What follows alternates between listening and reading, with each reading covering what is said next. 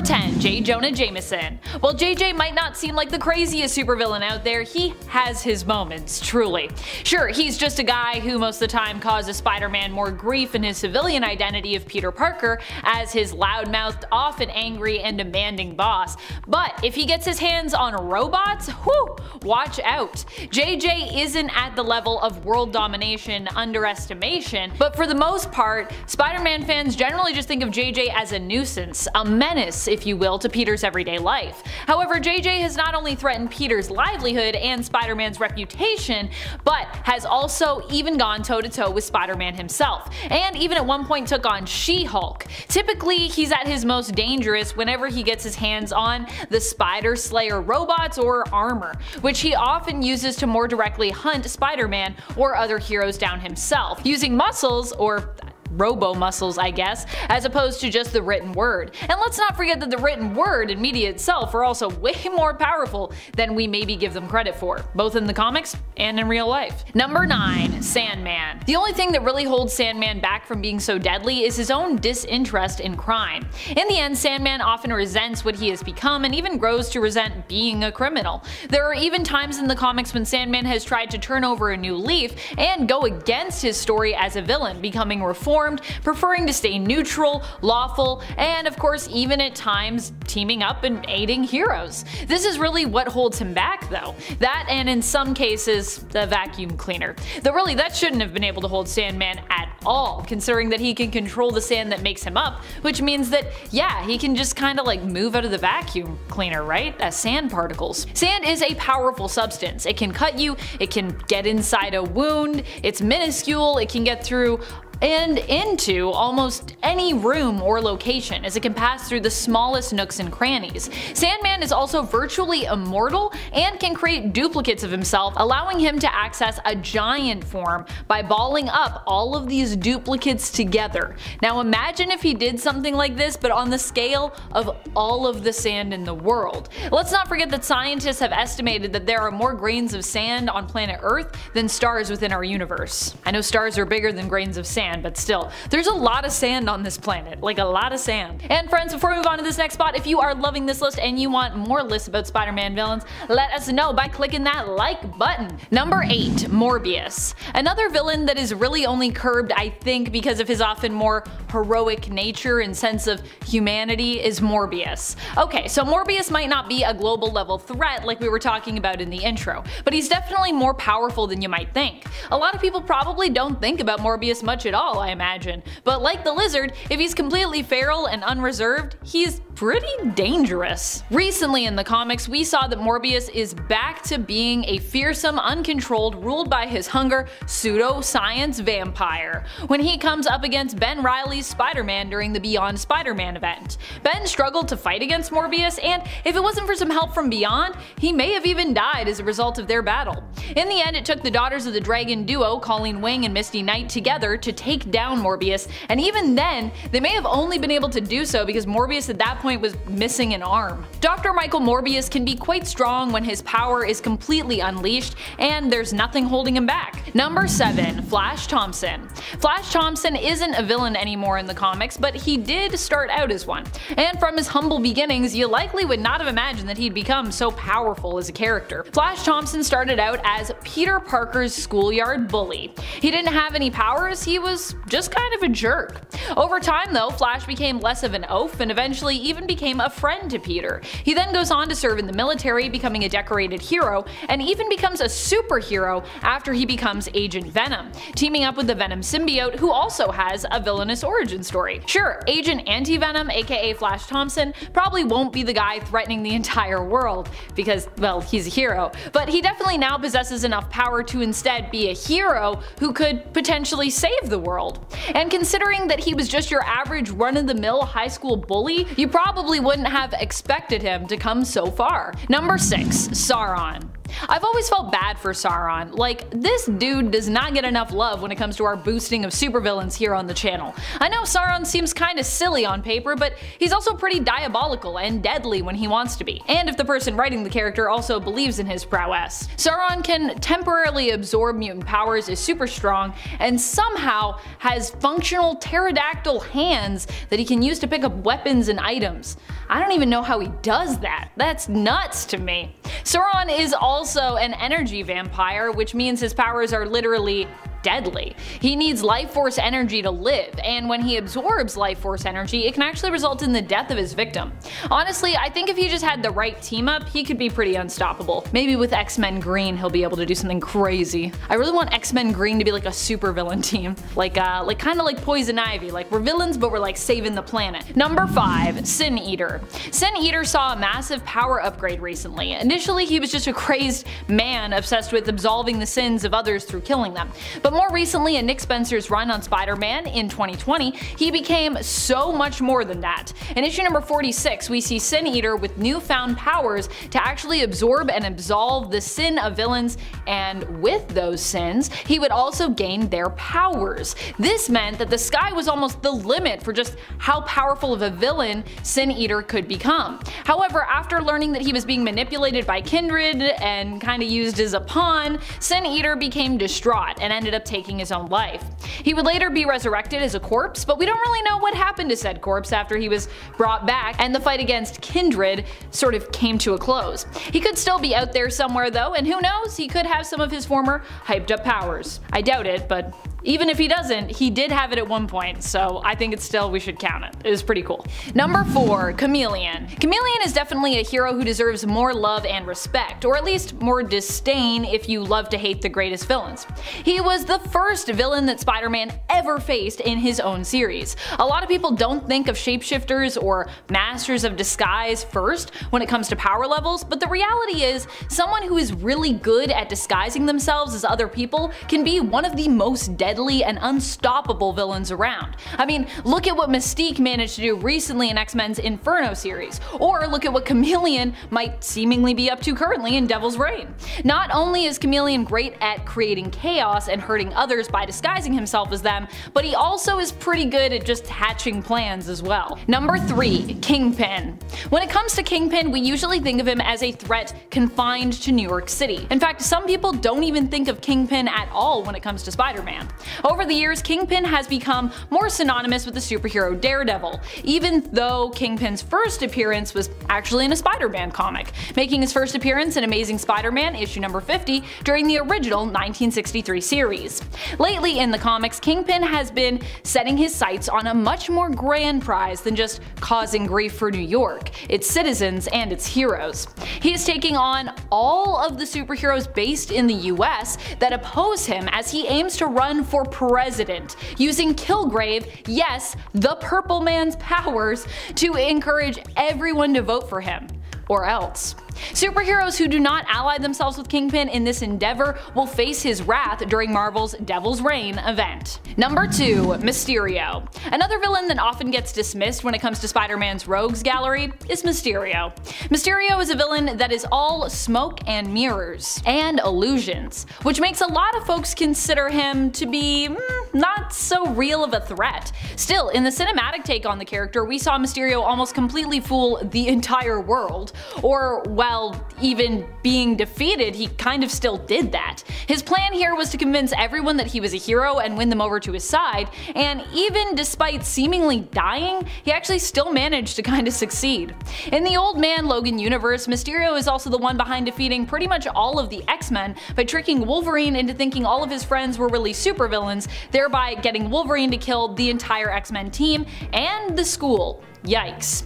In other words, just because you think something isn't real doesn't mean that you shouldn't still fear it and that it can't still hurt you. A great illusion can be more powerful than actual action in some cases. Number 1. Dr. Octopus. Dr. Octopus is a villain that might be well respected among Spider-Man fans, but on a greater scale, he's not likely someone you think of when you think of a global level supervillain threat. But while he might not share the status of comic book villains like Doctor Doom, it doesn't mean that he doesn't deserve to instill that level of fear among the superhero community. Dr. Octopus might seem a bit silly with his haircut and his mechanical arms and his sometimes snazzy white suit and sunglasses, but let's not forget that he's actually a diabolical super genius whose brilliance combined with the sheer strength of his claws makes him a dangerous person to cross. Number 10. Big Wheel. Hey! Wanna be a villain? Great! Just hire another guy to make you a big wheel with machine guns and rocket launchers on it so that you can ride around in it. It's that easy! That's what Jackson Wheel did. Can you guess what he called himself? When he first appeared, Big Wheel used his big wheel to chase and try to kill Rocket Racer while he was mid-fight with Spider-Man. Big Wheel wasn't even facing Spider-Man one-on-one. Just before he was about to get crushed, Spider-Man pulled Racer out of the way and Big Wheel drove right off the side of a building and right into the Hudson River, ending both Jackson Wheel and his big wheel. All of this because Rocket Racer had some blackmail. Number 9. Crime Master. Why are there so many people who have no powers of any kind on Spider-Man's enemy list? This guy just walks around with a gun. That's it! He's another one of the many crime bosses in Marvel's New York, and I guess in that respect he chose a very fitting name. He is a criminal, and he has sorta mastered it. Usually, he employs others to do his dirty work for him, although he did partner with the Green Goblin for a short while before being shot and killed. He has come back from death multiple times under multiple different identities, which kinda made it hard for fans to follow who he is, even if they cared in the first place. Number 8. The Living Brain. Okay, correct me if I'm wrong here, but isn't a brain just kinda living by default? Like, if it's an alive human being, isn't it technically a living brain? This guy isn't living or a brain, I'm so confused! Okay, I'm gonna cut Marvel some slack here because the Living Brain is actually older than almost all of the main Marvel villains. He came before even the Green Goblin. He was created as a machine that could solve any problem, but malfunctioned after two guys got in a little scuffle and it went on a rampage until it was stopped by Spider-Man. It's been used by other smaller criminals, but was always stopped by Spider-Man. But hey, it eventually found steady work as a lab assistant and even saved the Spid on a few occasions. So there's that at least. Number 7, Big Man. I ain't got the facilities for that, big man. He really didn't. Frederick Foswell was a reporter at the Daily Bugle, and well, he was a little guy. Except when he wasn't. You see, Foswell was a master of disguise, and he used a costume that gave him a nice little hype boost in order for him to become aptly named Big Man. From this stature, he can now ride the adult roller coasters, reach the top shelf, and be the head of the crime gang, the Enforcers. Spider-Man works with the guy though, so unsurprisingly he was caught and incarcerated for a time. But Jonah gave him his job back afterwards, which is nice. He ended up dying in front of a bullet to save Jonah, so at least he wasn't all bad. Number 6, Black Fox. This one is a little sad. See, Black Fox is basically just a jewel thief who has had a very long career, seeing how he is now an old man. Just a regular jewel thief? Oh, why is this a problem for Spider-Man? It's not. It's really not. But you see, the problem for Spider-Man is that being an old man, Black Fox heavily reminds Peter of his Uncle Ben, which meant that Peter couldn't help but have a soft spot for the guy. He would let Black Fox go multiple times. I mean, I get it. I respect it. But Peter realized his weakness and stopped easing up on the old guy, finally throwing him in the slammer. While he isn't exactly threatening to anyone, he is the mentor of Black Cat, which does give him some notoriety. Number 5, Mirage. What's the best way to stop a robber? I know. Drop a chandelier on him. Wow, yeah, I guess that works. Mirage is a robber, but not just any robber. Oh, no. He and his gang had a specialty for robbing weddings. Honestly, who's expecting that? I mean, I wouldn't be. I'd be so surprised, I just give him my money, you know? He made a bad choice though, when he decided to rob the wedding of Ned Leeds and Betty Brant, where none other than Peter Parker was in attendance. Peter used his web shooters to turn off all the lights and don his spider suit. The day was saved when Spider-Man dropped the whole chandelier on Mirage, defeating him. Ouch. Number 4, the Spot. Could you imagine that the first time you reveal yourself to a hero, they just drop on the floor laughing at you? And on top of that, it's in front of Kingpin, one of the biggest crime lords in Marvel. It would be super embarrassing, except when you totally win and make them look dumb. Way to go, man. The Spot. Yes, that's his name. Had the power to create interdimensional portals, big and small, which he used to defeat Spider-Man and Black Cat the first time they encountered him. But only the first time. See, the Spot can only create as many portals as he has spots on his body, throwing them wherever he wants until he runs out, which he did in this second encounter with Spidey. and then he lost. Pretty badly. He's appeared here and there since, but he never really posed a threat to anyone, like anyone at all. Oh, but he did create the failed group, the Spider-Man Revengeance Squad, with other minor characters that lasted like 2 seconds. Hold up, I gotta stop you right there. Just wanted to let you know that I appreciate you, and I hope you appreciate us too. If you do, why not give us a little like and a follow? It really helps us to help you spend your free time watching top 10 videos. But hey, no judgment, we all do it. Number 3, slide. A chemical engineer turned super thief decked out in a super slippery suit. All right, let's get it over with. Jalome Bleacher created a chemical coating that basically eliminated the friction between an object and any surface it came into contact with, which, not even joking here, that could be really useful. Like, good job, man.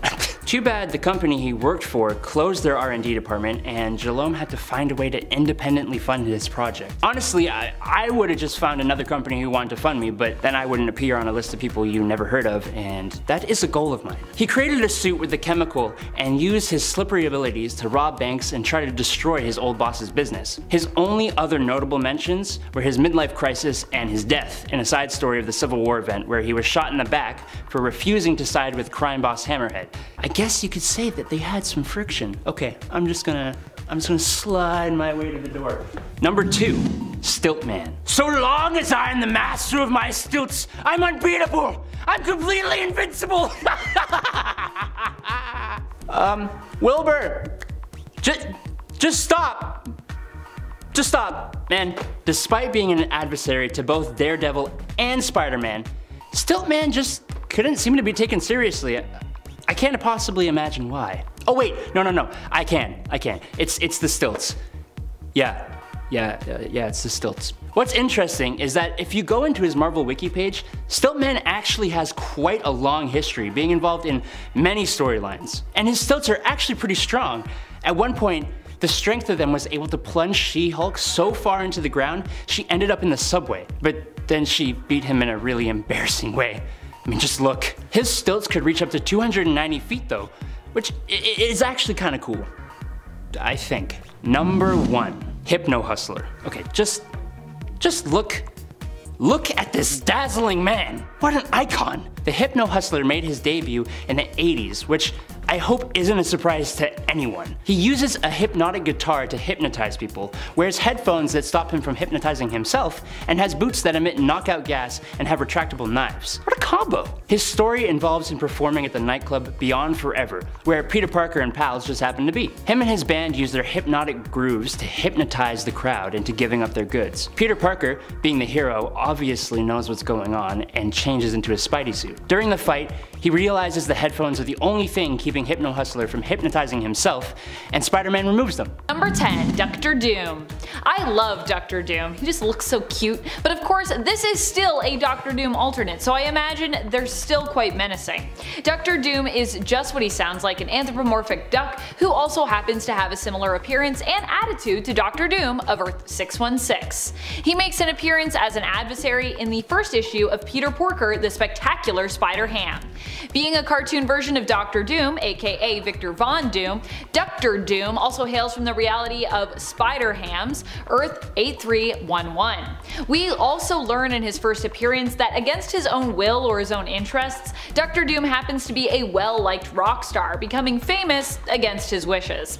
He was trying to create his own rock group and make money off of them, but instead he ended up in the limelight despite his protests. Number 9, Killer KRAVINOFFS. The Killer KRAVINOFFS are the grandchildren of Kraven the Hunter from the dystopian post-apocalyptic reality of Old Man Logan and Old Man Hawkeye, Earth 807128. With Kraven no longer around to hunt, in his place are his grandchildren. There are 3 of them, but only one ends up actually getting a name. Sadly, their existence in the comics is short-lived for how cool they look and should be as descendants of Kraven. They only appear in one issue of Old Man Hawkeye, showing up in issue number 4. They run into Marshall Bullseye there and actually end up getting killed by him. And friends, before we move on to the next spot, if you are loving this list and you want to learn about even more alternate villains, there are so many alternate Spider-Man villains I could tell you about, so be sure to hit that like button. Number 8, KARN. Karn ends up becoming the Great Weaver, an ally to the Spider Totems in the end. Spider Totems are spider-like superpowered beings who actually receive their powers through fate rather than circumstance, as we were initially led to believe with heroes like Spider-Man. Karn was a member of the Inheritors, a coven of energy vampires who feed on various animal kingdom totems such as the spider variety. Spider Totems.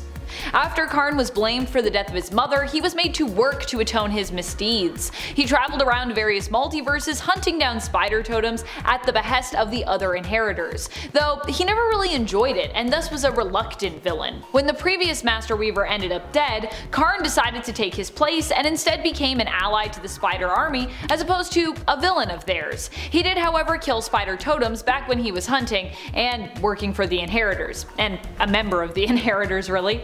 Like his fellow Inheritors, Karn hails from the reality of Earth 001 and Loom World, which is their home world. Number 7. King Pig. King Pig is Spider-Ham's version of Kingpin. As such, King Pig hails from the same reality of Earth 8311. He is, as you guessed it, one big mean pig, who also happens to be a major crime lord, like his 616 counterpart. However, while Kingpin in the comics is more into drug rings and other organized crime, King Pig is into smuggling cheese and running the cheese market. Now I want cheese. King Pig operated in secret, and despite the police trying to uncover who was behind the crimes in their town of Hakawatami, Wisconsin, King Pig managed to be too sneaky for them to catch. In the end, it was up to Spider-Ham to discover just who was behind all this illegal activity. We already had Kingpin show up as the villain in Into the Spider-Verse, so how funny and great would it be to see his Toon counterpart in Across the Spider-Verse. Also, I'd really like to go to Spider-Ham's reality, if we get a reality hop, which I think we're gonna get to do that. Number 6. Goblin. In the noir verse of Earth 90214, Green Goblin's counterpart is simply known as Goblin. Here, Norman Osborn is still a ruthless villain who is the major crime boss in New York and leads his own villainous group known as the Enforcers. The Enforcers are made up of former carnival freaks who each have their own unique talents, featuring characters like the noir verse's Vulture and Chameleon. Goblin turned to a life of crime because he was mistreated, himself being a circus freak who was ridiculed for his scaly, green, reptile-like skin. Goblin in the comics is the one who is ultimately responsible for the death of Peter Parker's Uncle Ben and for the death of Ben Urich, the reporter and Felicia Hardy's former lover in this reality. Number 5. Patton Parnell. Patton Parnell has to be one of my favorite of the evil alternate Spider-Men out there, and I think he would make a bomb villain in Across the Spider-Verse Part 1, especially if we get some kind of League of Evil Spider-Men. Patton Parnell is the alternate Spider-Man from Earth 51412. Like the Spider, who is on Part 1 of our list, Parnell also has some sociopathic tendencies and enjoys recreational activities like burning ants with a magnifying glass. He ends up becoming a Spider-Man in a more literal sense, becoming a spider-like monstrosity who is also capable of laying eggs, as his Uncle Ted, who also appears to mistreat young Patton, finds out. Rather than Patton Parnell having an origin story of fantasy and heroism, his origin is basically more like a horror story, where Patton ends up as a murderous, monstrous, spider-like villain who develops a taste for human flesh and terrorizes his next-door neighbor and crush, Sarah Jane. Number 4. Tyler Stone. We talked about Alchemax, the villainous future corporation, on the Part 1 to our list, and even an alternate video game reality where Peter ends up as the man behind that corporation, but we have yet to focus on the vice president of Alchemax's R&D department in the main 2099 reality of Earth 928, Tyler Stone. Tyler Stone is not only VP of Research and Development at Alchemax, but also is secretly Miguel O'Hara's biological father. Tyler Stone had an affair with the wife of one of his employees, Conchata, who is Miguel's mother. Miguel doesn't learn until later on that he is the son of Stone, and ends up on the staff of Alchemax, working as a brilliant geneticist for them.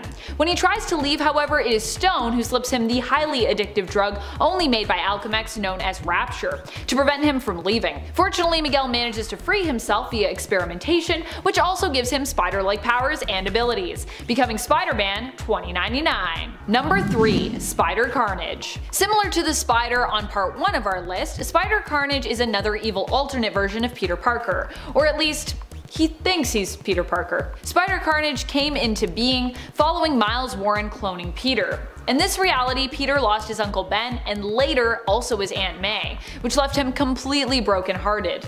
His state of mind was only made worse when he was made to believe the version who had escaped, Miles, dyeing his hair blonde and taking up the name Ben Reilly, might actually be the true Peter Parker, with Peter potentially being the clone.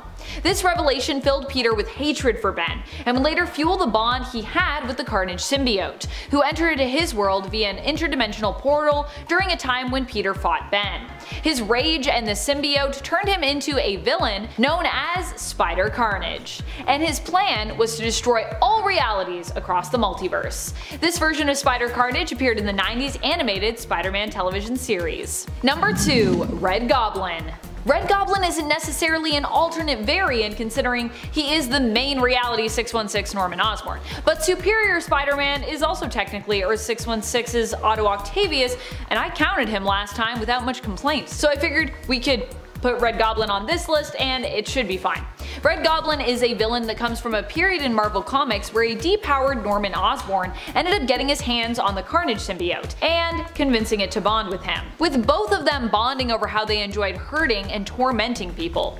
Yikes. The Carnage symbiote also helped to cure Norman Osborn of the antidote that was blocking him from using the Goblin serum to regain his previous power set. So this version comes with both the powers of Carnage and those of Green Goblin. Plus you get the brilliant and twisted minds of Norman and Carnage combined. Who doesn't want Red Goblin? He's such a cool villain. Put him in Across the Spider-Verse! Number 1. Evil Spider-Man Army. With the potential for characters like PATTON Parnell, Spider-Carnage, Earth 65's Lizard, Ultimatum, Superior Spider-Man, The Spider, and Peter Parker 2099 to show up, it seems plausible that we could get a whole Evil Spider-Man Army, or Evil Spider Army, in Across the Spider-Verse. I don't know about you, but I'd love to see some Evil Spider-Men team up to take on the heroic Spider-Folks we've come to know and love from the previous film and beyond in the comics. I think that would be super cool. The reality is, in the multiverse, we don't even need an external threat. The threat could simply be Spider-Man himself, considering there are so many great evil possibilities that appear throughout the catalog of Marvel's multiversal realities.